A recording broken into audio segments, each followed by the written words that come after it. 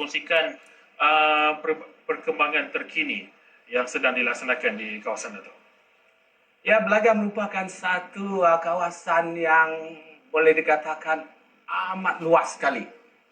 So, Belaga, keluasan Belaga adalah hanya sedikit daripada Pahang, tetapi luas daripada Johor. Akan tetapi, penduduknya very sparsely populated. Maka dikatakan kepadatan penduduk tu, kalau dibanding dengan keluasan kawasan, 1 person per 1 square kilometer. Ini menjadi cabaran utama.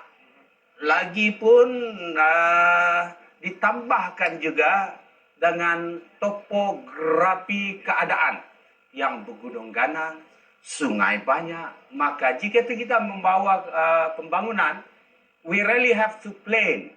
For example, jalan kalau di tempat lain cost, let's say example RM10. Tetapi di Belaga it might be double or triple kerana logiknya. Baik Dato', sebenarnya kita boleh katakan di sini juga rakyat di kawasan Belaga itu sedang menikmati juga pembangunan yang kita bawakan supaya orang kata sama tarafnya. Betul. Luar bandar dan juga bandar. Mungkin Dato' boleh kongsikan juga apa antara tumpuan utama projek yang kini sedang dibawa ke Belaga.